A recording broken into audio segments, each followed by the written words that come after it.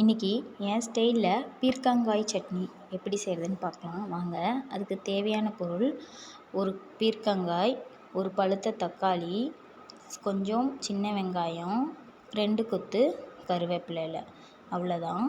அதை எல்லாத்தையும் கட் பண்ணி வச்சுருக்கேன். கடாய் எடுத்து வச்சுக்கோங்க. கடாய் சூடானதுக்கப்புறம் 2 டேபிள் ஸ்பூன் எண்ணெய் ஊற்றிக்கிறேங்க. ஊற்றினதுக்கப்புறம் கடுகு போடுங்க.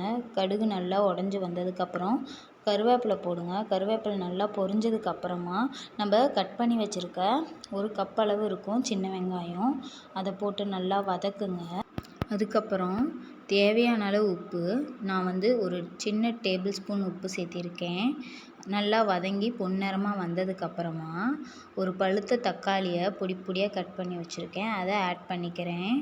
1/4 டேபிள் ஸ்பூன் மஞ்சத்தூள் ஆட் பண்ணி எல்லாத்தையும் வதக்கிட்டு பீர்க்கங்காயை பொடி பொடியாக கட் பண்ணி வச்சுருந்ததையும் இதோடு சேர்த்தி நல்லா வதக்கி விட்டுருக்கேன்.